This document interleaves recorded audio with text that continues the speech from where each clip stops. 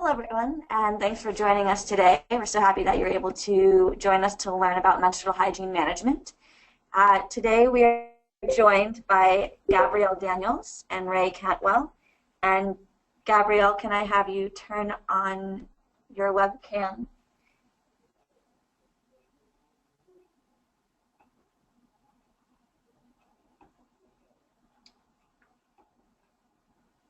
Apologies for the technical difficulties. We're giving Gabrielle and myself webcam capabilities so you can see who we are.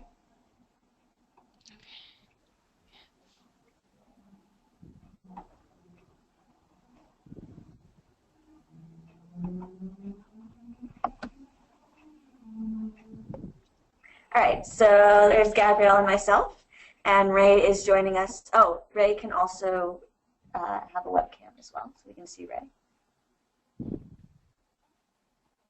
So, hello, my name is Laura McDonald, and I am the Knowledge and Research Coordinator here at CAWST. Today's webinar will be on menstrual hygiene management. As I mentioned, we are joined by Gabrielle and Ray. So now that we've seen everyone's faces, we'll turn off our webcams, and then you'll see us again at the end during the question and answer session. So, Gabrielle is a recent graduate from the Masters of Public Health program at Yale University. Concentrating in the epidemiology of microbial diseases and global health. And her MPH practicum was spent with Samaritan's Purse in Cambodia, investigating menstrual hygiene management in rural Cambodia. Ray has 13 years of sector experience as the Senior Technical Advisor to the WASH programs for Samaritan's Purse Canada, as well as he's been the Program Manager for WASH for Samaritan's Purse in Cambodia.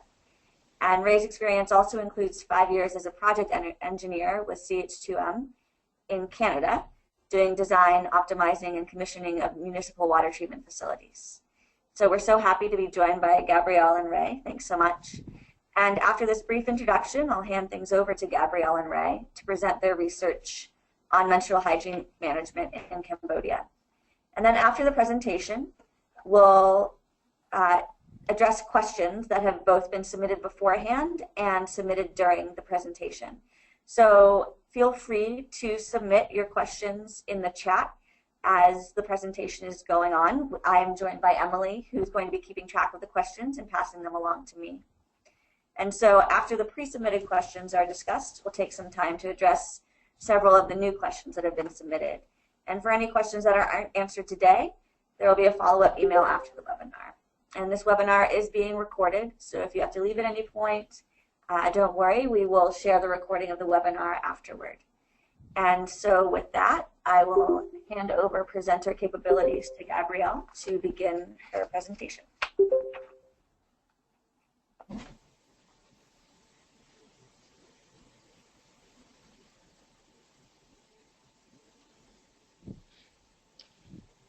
Okay, wonderful. I hope everyone can see the presentation. And we will actually begin with Dr. Ray Cantwell. I will refer to him as Ray during the presentation. Am I on the microphone now? Perfect. Yeah. Well, hi everyone. Laura introduced us. I really just wanted to say a couple of words before Gabrielle shared her presentation. Good morning for those that are here, or good afternoon, good evening, and good night for those around the world. As mentioned, I'm with Samaritan's Purse, which is a Christian relief and development organization. At the time this work was done, I was in Cambodia. And those of us in Cambodia, the whole WASH sector, a couple of years ago when we triggered this research, was really keen to understand better the challenges facing menstruating women and girls and those in their communities. And I hope that's what you see as you hear about this research, and we can share with you some of what we've come to understand and our efforts to address and mitigate through WASH-related efforts. So I was fortunate to become connected with Gabrielle as she came to work with us as an intern and for her master's thesis. And Gabrielle will share with you the bulk of the presentation. So I'll turn it over to Gabrielle. Okay, thank you so much, Ray. So in today's presentation, we'll provide a brief introduction to issues of women's health and WASH and to MHM, give an overview of our study related to MHM in rural Cambodia, share specific findings on factors that impacted the girls' experiences related to menstruation and MHM, and end with describing programmatic efforts for intervention in light of these findings. When we think about the intersection between women's health and WASH, it's important to point out the importance of WASH over the life course of a woman. Some examples of this include the disproportionate burden inadequate WASH poses to women and adolescent girls while performing WASH-related activities. Studies have shown that water fetching, for example, can expose women and girls to increased risk of infection from fecally transmitted diseases. Likewise, when women go to perform their WASH-related activities, such as bathing or having to use the restroom in the open, this also can expose them to increased risk of sexual violence. These examples and many others illustrate the importance of addressing the needs of women and girls in water development goals and WASH facility design. Likewise, MHM is an important consideration for women's health and WASH. MHM has broadly been defined as self-efficacy regarding menstrual care, including access to supplies, adequate WASH facilities and amenities, and knowledge of menstruation and MHM practices. Over the last decade, a considerable emphasis has been on MHM's impact on girls' educational goals and outcomes. However, poor MHM can pose other challenges to the well-being of women and girls. A recent 2016 PLOS article urged for global action related to... Okay, I'm being requested to speak a little more slowly, so I will do that. But as I was saying, a recent 2016 PLOS article urged for global action related to MHM so that by 2024, girls around the world are knowledgeable about and comfortable with their menstruation and able to manage their menses in school in a comfortable, safe, and dignified way. We would argue that this should be extended not only in school settings, but also in the home. So the question remains, how do we accomplish this? So, as Ray mentioned, in the summer of 2015, I joined Samaritan's Purse Cambodia to conduct a knowledge, attitudes, and practices study exploring the experiences of rural Cambodians related to MHM. This project was pursued in order to better inform Samaritan's Purse's WASH and health programming in this area. The scope of our research was not limited to the school environment, but also captured MHM experiences in the home, as this is an underrepresented area of study. Before going forward, we thought it would be helpful to offer some context into rural Cambodian WASH resources. According to the 2014 Cambodian DHS, 50% of rural households lack a latrine or wash facility. Only 60 to 81% of homes use an improved water source, and this is seasonal based on rain availability. Likewise, in the provinces where Samaritan's Purse works, roughly 37% of schools lack latrines. To help us understand what a young girl might experience when having to use a latrine at school, I have provided a brief video.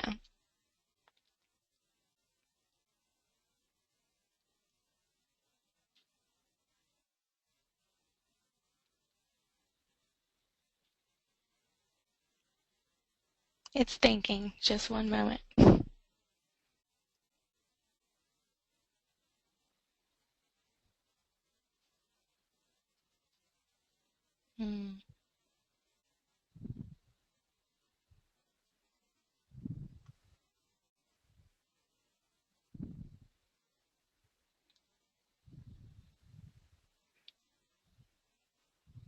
Okay, so sorry about that feedback delay. So here, when you're looking in the video, it skipped over walking up to the latrine, but as you can see, on the latrine floor, it's covered in water. The drain in this particular latrine had been stopped up, and so the water was not able to drain very well out of the latrine floor. You can also tell that there's a lot of dirt on the ground as well. There particularly is clay dirt there in Cambodia, and so that red clay dirt will essentially get everywhere inside of the latrine if it's not kept clean. And this particular latrine had not been able to be cleaned out due to the drainage issues, and unfortunately what you may not have also been able to see was that there is dirt also around the latrine toilet seat. And so if you weren't able to tell from the video, one thing to consider is that if a young girl is experiencing her menstruation, this would be particularly uncomfortable to step into. There is limited space, and there is not necessarily clean water there. And so because of that, there would be some considerable discomfort if there was a need to actually change her clothes in this latrine or a latrine like it. And so as you can see, these certain instances would provide would pose a unique challenge for young girls trying to care for their menstrual needs. Also, thank you, Laura, for addressing any acronyms that I've been using that need explanation.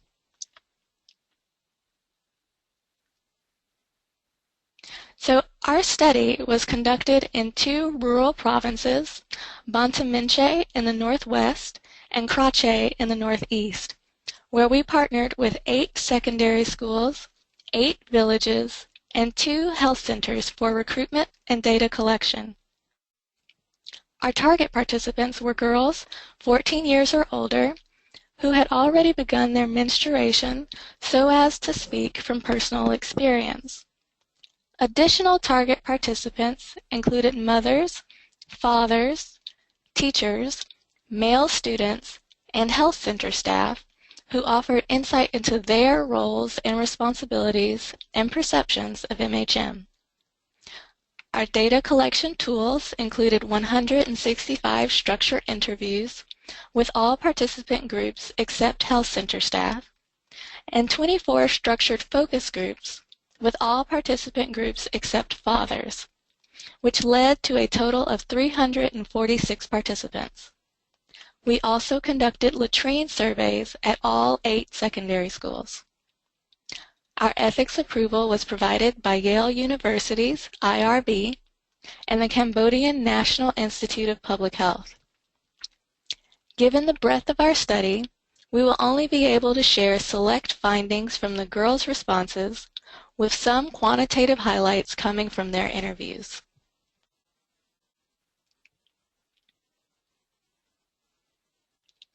Our overarching findings revealed some interesting nuances. Although 95% of girls said they felt capable of managing their menstruation each month, 65% of girls said they experienced fear, shyness, or discomfort, which I will refer to as FSD, during their menstruation, both at the onset of menarche, which is the first menses, and beyond. Common reasons for FSD included staining accidents, lack of resources, and fear of being known to be experiencing menstruation, especially among male peers. When we examined the factors contributing to FSD and their impacts on MHM, we found relational impacts, knowledge-related impacts, and managerial impacts associated with wash facilities and amenities that were influential. We then examined the impact of FSD on girls' behavior.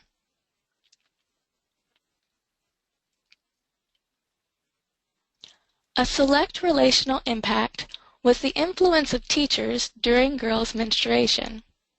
Teachers serve as a key adult relational resource in the school setting, and we wanted to learn whether girls found them to be helpful resources during their times of menstruation, or what barriers existed for teachers to be better resources.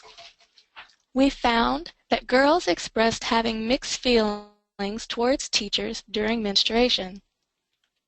Some girls found teachers to be supportive because they were generally helpful and knowledgeable, while other girls found teachers to be unsupportive because they often lacked supplies or were too busy. This contrast is reflected in the quotes from two girls from Bantaminche.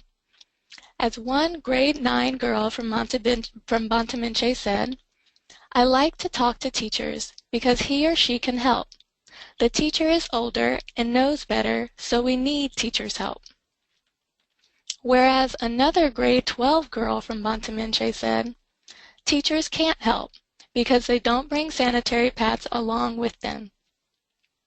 However, the primary barrier we found that emerged from the girls' stories was that girls generally lacked comfort telling their teachers about their menstruation. As one girl from grade 12 in Bantaminche stated, "Teachers are not helpful because students don't tell teachers, and they, the girls, feel shy." The impact of these relational challenges often played out in whether girls felt comfortable to remain at school during their menstruation and whether they felt adequately supported in that environment.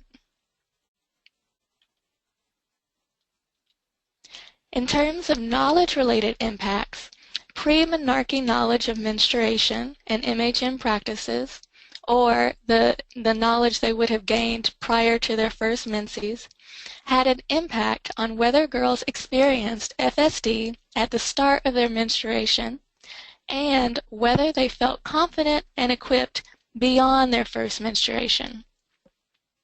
Some girls did report having had pre-menarche knowledge. As one grade 9 girl from Crawche explained, "Teachers tell me that first menstruation causes stomach pain, need to clean the body frequently, and keep changing sanitary pad." However, girls who did not have pre-menarche knowledge of menstruation often described how this contributed to FSD in their first experience of menstruation. As one grade 12 girl from Bantaminche described, "When I was grade 8 at home, I got up to use the toilet and saw the blood from my vagina. I was scared and thought of disease. I asked my mother, and she said that this is menstruation. She bought me a sanitary pad and showed me how to use it. At that time, I was in so much stomach pain."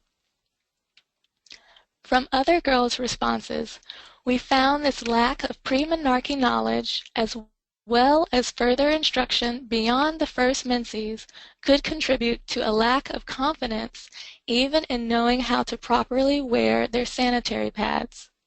These factors were often described to contribute to FSD. One of the select managerial impacts on FSD was unreliable sanitary pads. Since we had noticed from the girls' stories that there was a lot of staining occurring, we began to ask the girls more specifically about why staining occurred. To our surprise, a key finding was that the girls said the sanitary pads were often inadequate to meet their needs. As one grade 9 girl from Bantaminche said, "The pads turn over when they get wet.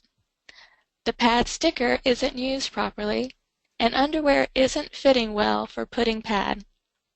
And another girl from Bantaminche in grade 11 described, "The pads turn over, for the sticker isn't good. The pads are thin and short, and there is too much blood. Accidents happen, especially when sleeping and playing."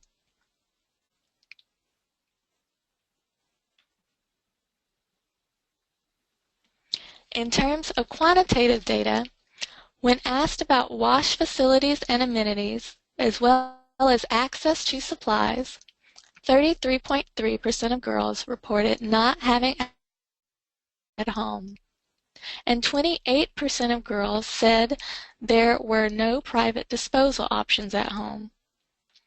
However, a striking 81.3% of girls reported not having a private disposal option at school, and 100% of girls said they had trouble accessing supplies at school. These factors strongly impacted FSD because it made navigating MHM challenging both at home and at school, and it increased girls' fears of staining, odors, and being teased in case there was an accident.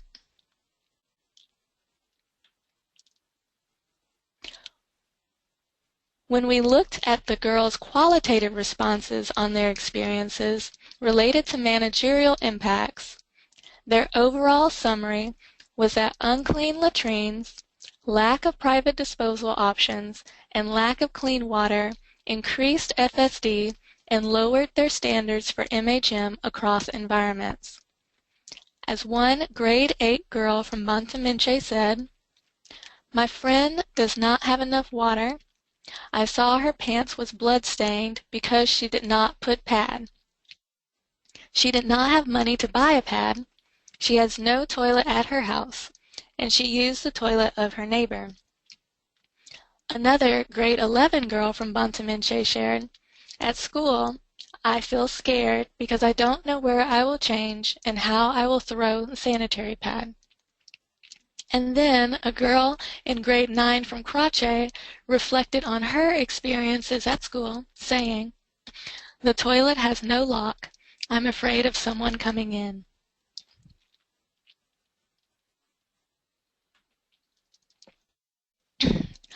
When we examine the impact of FSD on girls' behavior in light of these challenges, we found that lack of trust and confidence in teachers' ability to assist them caused girls to not feel that the school environment was supportive for them during menstruation, which often contributed to girls preferring to return home or experiencing FSD by staying at school.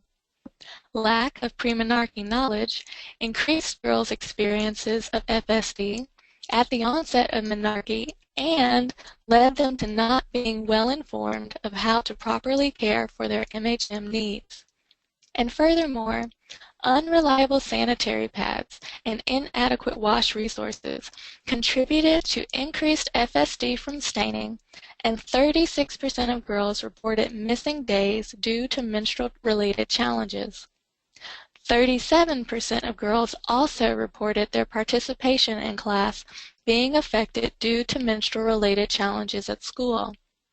So the influence of FSD and challenges to MHM can disrupt a girl's educational experience if there are inadequate supports and resources. So now we'll consider programmatic efforts for intervention.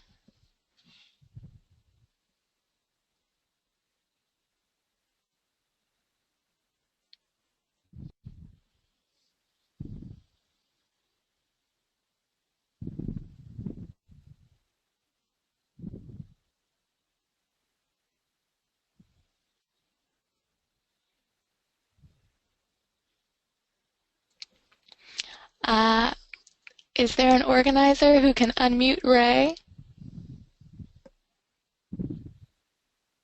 Unmuted. Oh, I think I'm back. All right. Well, thank you very much, Gabrielle. So for everyone on the line, you've heard a great deal about the situation in Cambodia related to menstrual hygiene. While this was going on, it did take a couple of years to execute this and analyze this research. We undertook a number of different interventions, so in parallel or predating these learnings that Gabrielle shared with you. So I wanted to share about some of our programmatic interventions, not that we were necessarily doing it well in our models, but as examples and learning we can share. So if you go to the next slide, Gabrielle. The first thing I want to mention is that we developed some curriculum resources.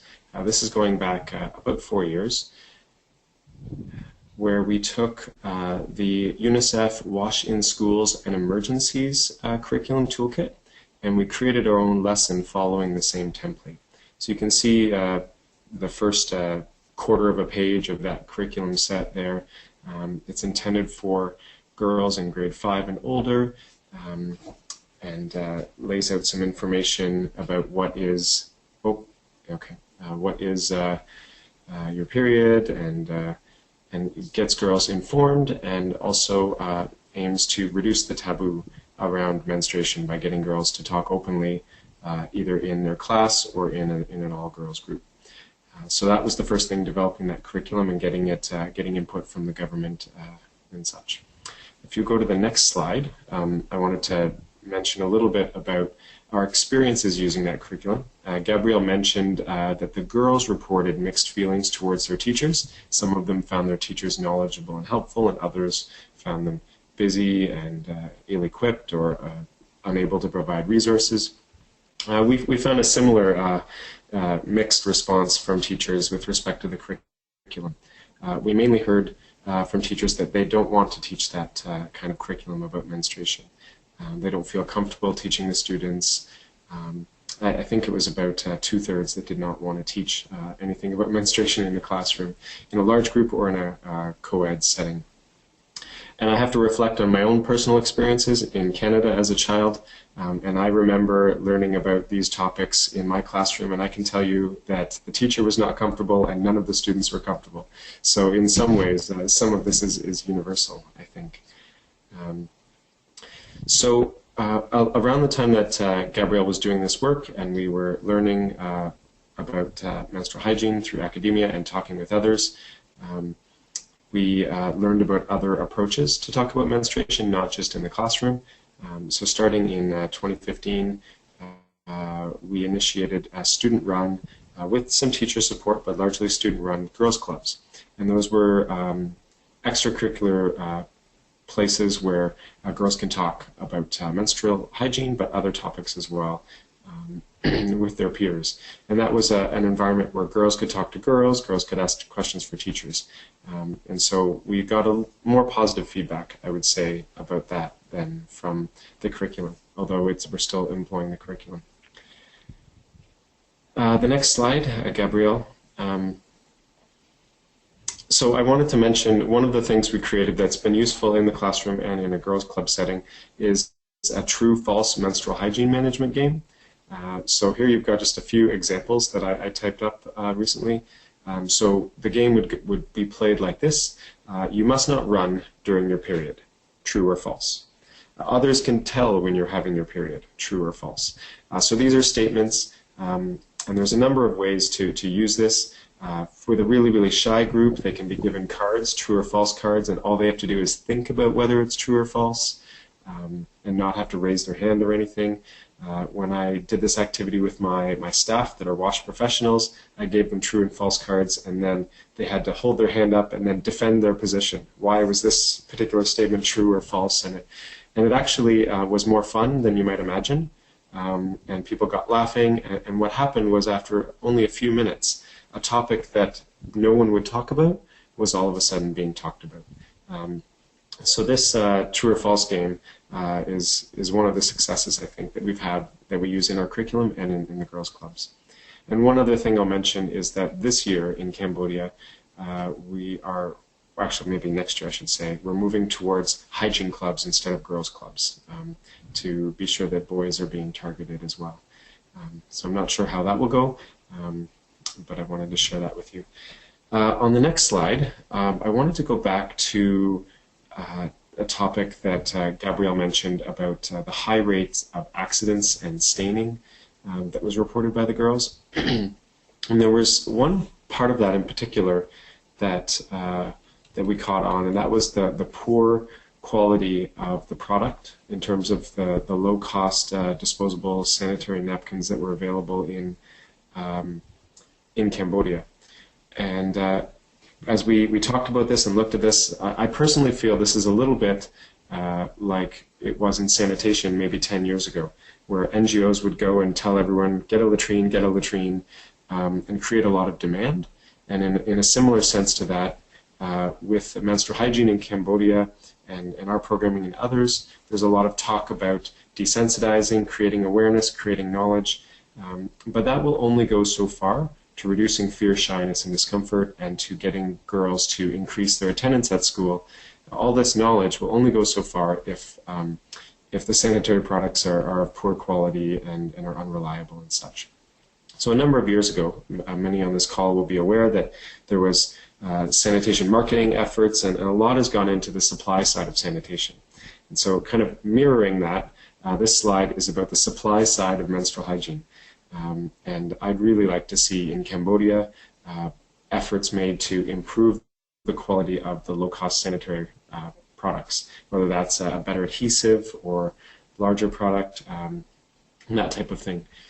So I've been looking for partners in Southeast Asia that can look at possibly going to manufacturers and actually helping them to improve their product without necessarily increasing the cost. So we haven't done anything with this in Cambodia yet, but it's an opportunity, and I really wanted to share this today because I don't think it's an opportunity unique to Cambodia. I have to expect that poor disposable sanitary pads quality is an issue in other parts of the world as well. And Gabrielle, if you'd go to the next slide, please.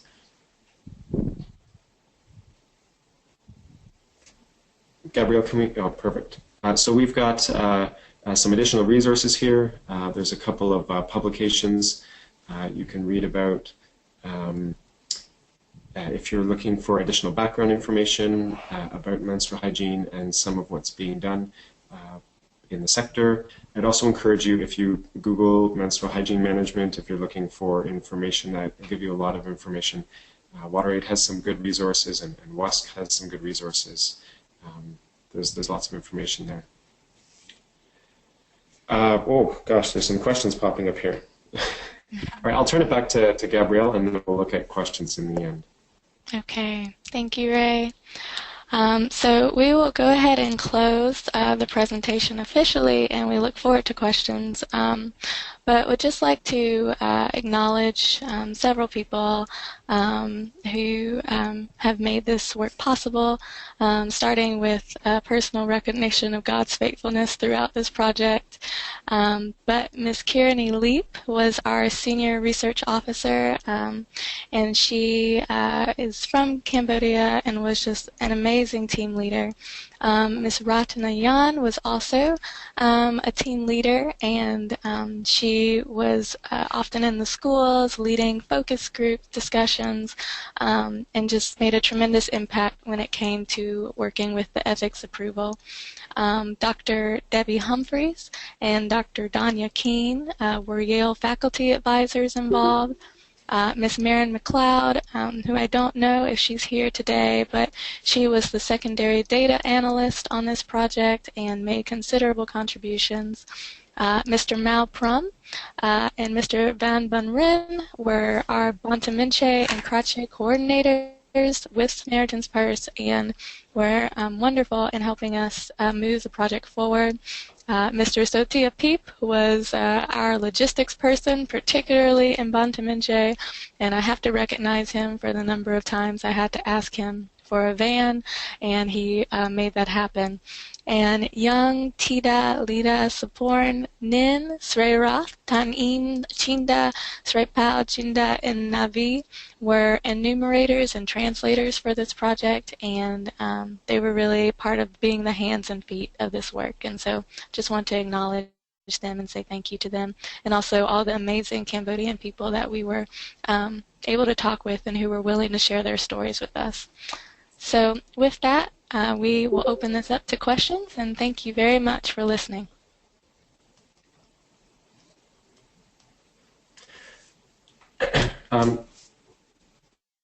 Laura, should we address some of the questions sent first, and then some of them that are typed in here now? I think Laura might be muted. Just 1 second. No, I see her, but I don't hear her. Yeah.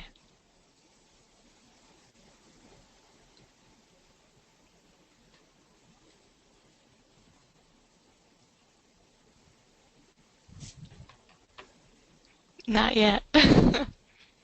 Well, why don't I go ahead and start with that? We're keeping track of those questions, and Emily is helping me with that.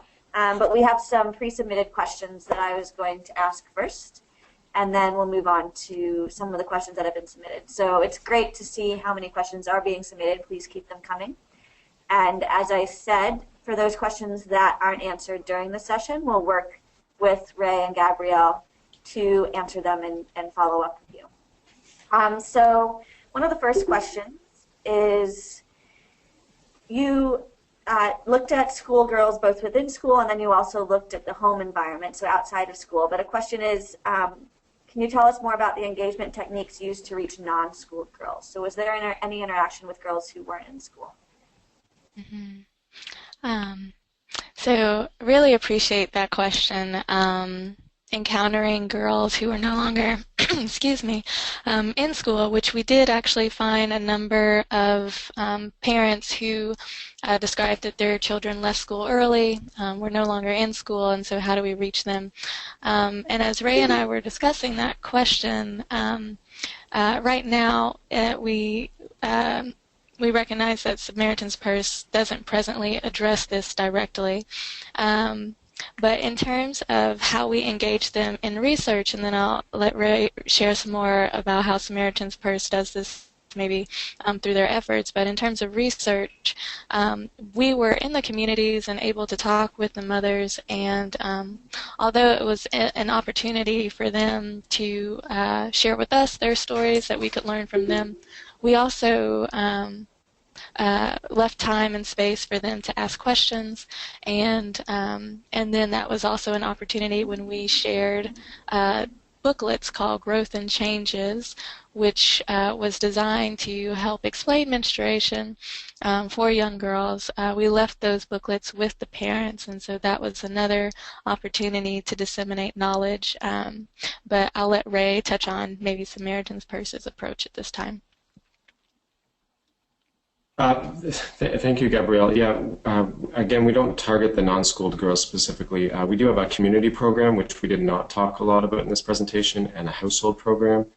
So many of those would be reached, but not specifically. We do hope one of the aims that we track in our programming in schools is that we increase enrollment and decrease absenteeism. So hopefully we're trying to reduce the number of non-schooled girls. Okay, great. And as a follow-up question, it seems that the focus of this presentation was on teachers and schools, but it sounds like you did address other contexts as well. But Lauren Alcorn asked, why did you choose to focus on teachers as the source of knowledge and not health workers or elderly women? So do those other programs address those other forms of communication? Maybe I'll answer that, Gabrielle. A lot of what we shared today was what we learned and how we've incorporated that into our school program. We also had a program where we were improving the wash conditions and knowledge in health facilities. So there was an element of that with the health staff, of enhancing their abilities around menstrual hygiene and to be able to teach. They're not really reaching the number of individuals that can be reached through the school. So I guess an unintended bias on our part is we had a school program. We wanted to figure out how to improve it for menstrual hygiene rather than trying to figure out if we were starting from scratch, how would we best address menstrual hygiene in the community. Okay, and another related question is why you chose to start in grade 5. Is that also built around your existing school program? No, our school program goes amongst different grades. There's councils and community commune level groups in Cambodia that have discussions about what age things are appropriate. So for example, in many of the schools, latrines are cleaned by students that volunteer, but at a certain age the community has decided that's acceptable. And so I believe that grade 5 was in discussion with the community, what would be an appropriate grade to start at. The lower the grade, the more students we capture before they drop out of school. But there was concerns about being too young as well. Great, thank you. And so, Gabriella, you showed us a video near the beginning of an unclean latrine. And a submitted question had to do with latrines and what are some assets of latrines or some aspects that could be beneficial to menstrual hygiene management. So what would you imagine the ideal latrine looking like with respect to menstrual hygiene management? Yeah, that's a great question. I think for me personally, I don't know that there is an ideal latrine. Each school is different based on resources.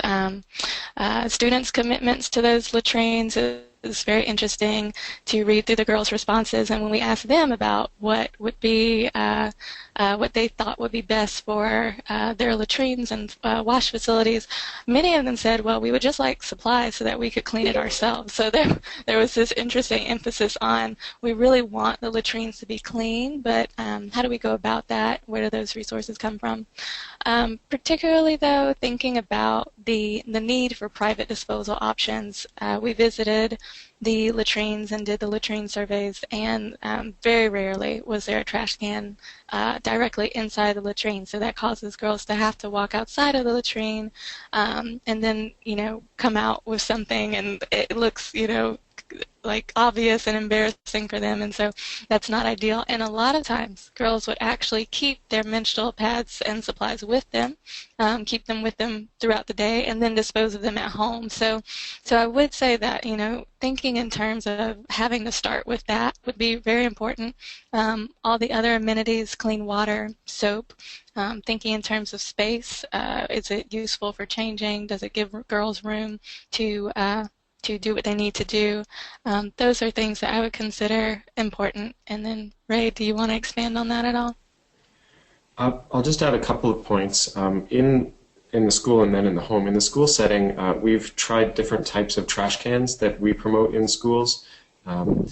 Those kind of that sit on the floor end up going missing very easily, and there's a lot of difficulty about getting them emptied regularly. In principle, most schools want to empty a trash can into a pit or an incinerator where they can burn. Schools and actually communities in Cambodia burn almost all of their trash. It's very routine to make a pile of trash and burn it.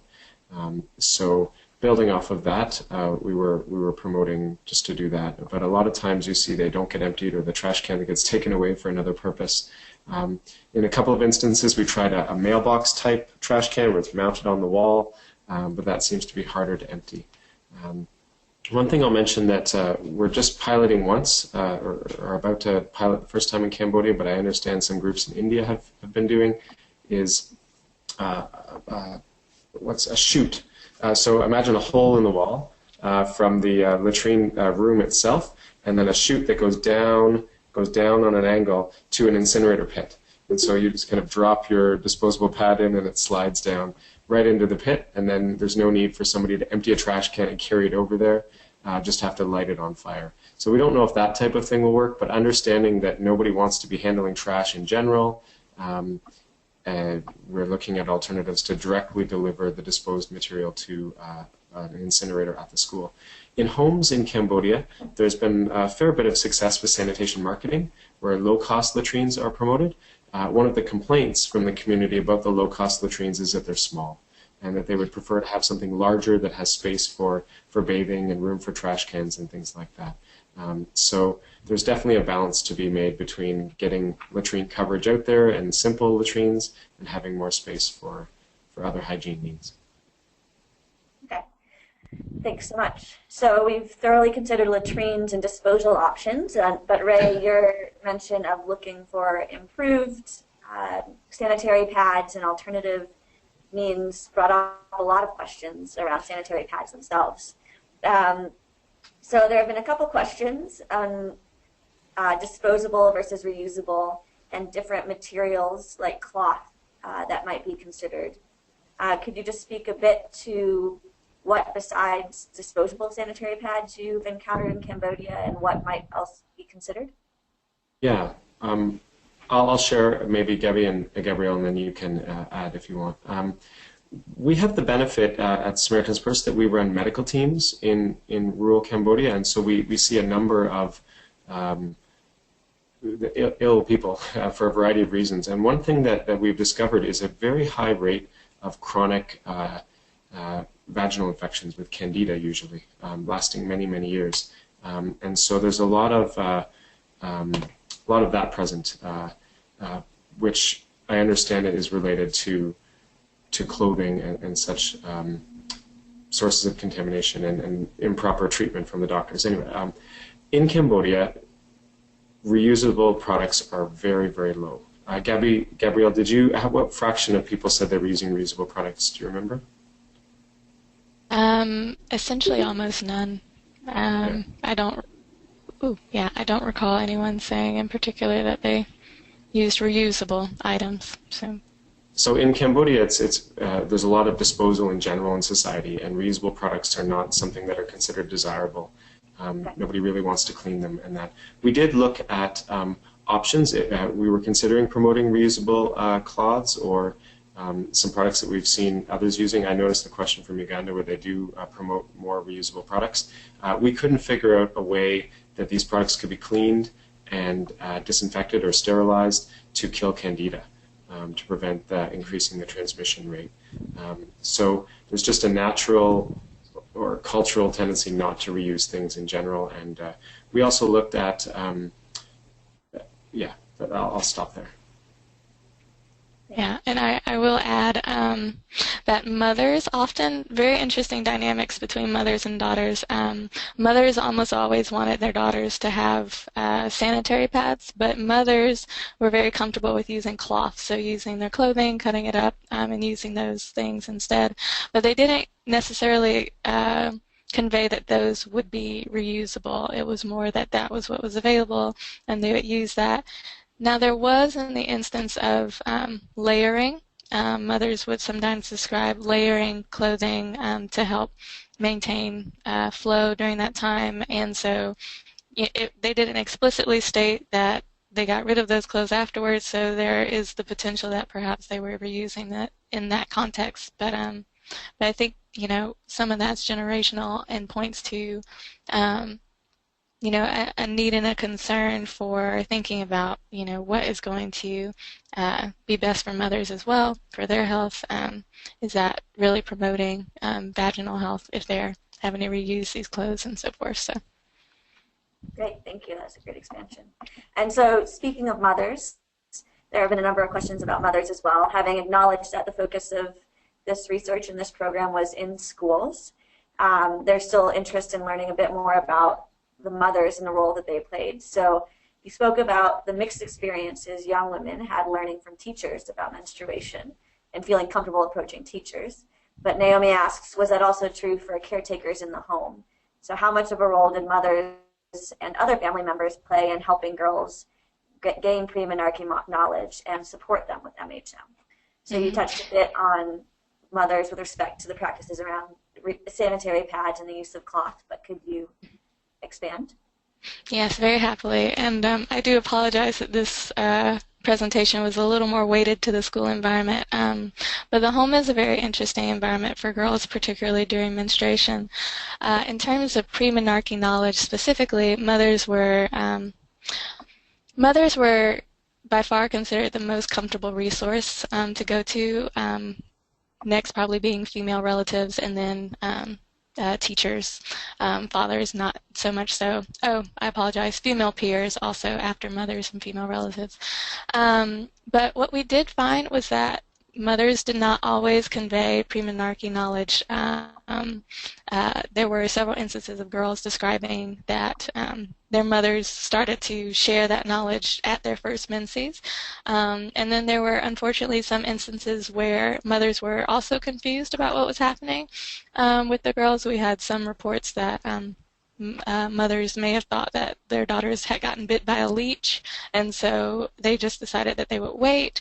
And what I don't want to convey there is that mothers don't know what they're doing, but what I would like to convey is just that there's not necessarily the forethought that's put into I need to be preparing my daughters for this all the time. And so although daughters clearly trusted their mothers the most when it came to this, there does appear to be some lag time in when that information is shared, and then how that information is shared, because even with mothers being present to share that knowledge at the onset of menarche, and then very often they were the person to provide the sanitary pad at that time, we still had girls reporting after however many menses later, that they still weren't necessarily sure how to wear their sanitary pads, or they weren't sure, that they were caring for their bodies the best way. And in truth, when we talked to mothers, mothers had a lot of questions too. very similar questions to their daughters. Very often they were curious to learn more about why menstruation could be irregular, what types of foods their daughters should be eating during menstruation. So at all levels, which impacts what trickles down to the younger generation. Did I answer that in fullness? I think you did a great job, but Ray, do you have anything to add? Okay. And speaking to that, just one question that I've been thinking about a bit lately is iron and anemia. And you mentioned recommendations or questions around what girls should be eating. And I wondered if the programmatic interventions or anything that Samaritan's Purse or your research looked at was the nutrients that are needed during menses for young girls. Mm-hmm. Yeah. So I think how I would answer that is that the questions about dietary needs came out of our research. It wasn't something we went in looking at. I don't think we actually realized how much of an importance the Cambodian people put on dietary connections. We didn't do any type of testing or questioning that I would say could really engage their understanding of iron or anemia, whether they felt that they were getting enough nutrients, but there was enough concern about thinking in terms of, so for example, girls would often say that, sour foods weren't good for menstruation, it could stop your menstruation. So it's sort of like that level of thinking about, how what I'm eating is impacting my menstrual experience.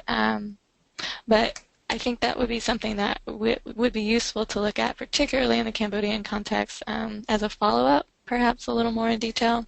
But it wasn't something that we went in recognizing. It was something that sort of emerged out of the girls' stories and the mother stories and fathers too. So. Great, that's really interesting. Ray, do you have anything to add to that? Just that nutrition is poor in general in rural Cambodia, so it's a broader topic that is being addressed by a number, and it's not narrowly linked to menstruation. Another question that's focusing on schools is whether many girls in Cambodia do get their first menses at school as opposed to at home. Did your research have any findings on that, the first instance? That's a great question. So I can't give any quantitative numbers percentage-wise, but thinking back to the data and the girls' responses, we did have a lot of girls more heavily weight their stories to being at home or in the fields when they were experiencing their first menstruation. A lot of stories of I was out in the field working with my dad or my mom, and I started to bleed and I was afraid and I didn't know what to do. And but not as many stories of being at school. A few though, a few. So really, I think it just ranges. It's not necessarily an anticipated event, so it's not something that I think the girls would have had much control over. But in all three settings, though, I think it is important to point out that the FSD was present, depending on how prepared they were and who they had as relational resources and what resources were available.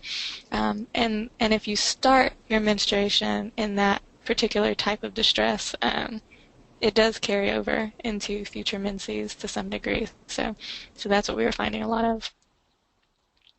Great, thank you. And Ray, a question for you. Was provision of sanitary pads in school part of the programmatic effort? And if so, how was usage monitored? We were not involved in providing sanitary pads. There are some other groups in Cambodia that I think have tested that. We did look at seeing if we could promote an emergency supply, but that was, we were considering enabling the community to do that, having everyone bring one in so that when you need one, there's one there and you can replace it later type of thing. As Gabrielle mentioned, we had a few teachers that would give or loan supplies, but most of the schools did not have anything on hand, and that's not something that we considered. Maybe a good idea, though. And I'm noting that there's a lot of feedback on your thoughts about the incinerator and the chute, and so we'll be sure to save the chat and share the feedback and thoughts with you. And I think that will start to wrap up. I'd like to ask one question that's just kind of a fun question that was submitted by Mamadou.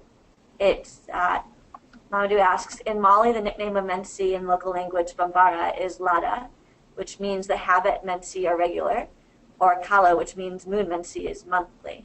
And what about in Cambodia? What are the different terms that are used for Menses in Cambodia?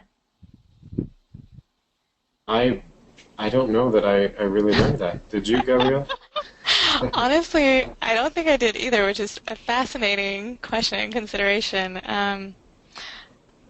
In terms of when I was in the discussion groups or in the focus groups, I wasn't with the interviews. That would have been disruptive, but sometimes I was present for focus groups and discussions, but I don't really think that I was ever taught. There's actually a couple of people, there's a couple on the line from Cambodia, I noticed. So maybe someone on there can chime in. I always want Kieran here for moments like this. I always want her to give feedback. Yeah. Anyone from Cambodia want to pitch in the chat? Seems like that'll have to be a follow-up question that we provide a response to later on. Great.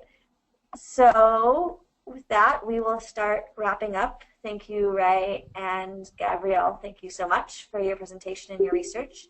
I know that within CAWST, everyone was very excited to learn more, and so I'm sure that those who were able to participate also enjoyed and learned a lot. To everyone who's participating, we did record the webinar, and so we will be following up with an email sharing a link to the recording as well as any follow-up information and follow-up resources. And so feel free to be in touch with us there, and with Gabrielle and Ray's permission, we can also put you in touch with them if you have any specific questions. And Gabrielle and Ray, do you have anything you'd like to add in closing? Just thank you for your time today. It was a pleasure to be here. Thanks so much to you both. Thank you very much. Great. Well, and with that, we will end it. Have a great day or evening, and we'll be in touch.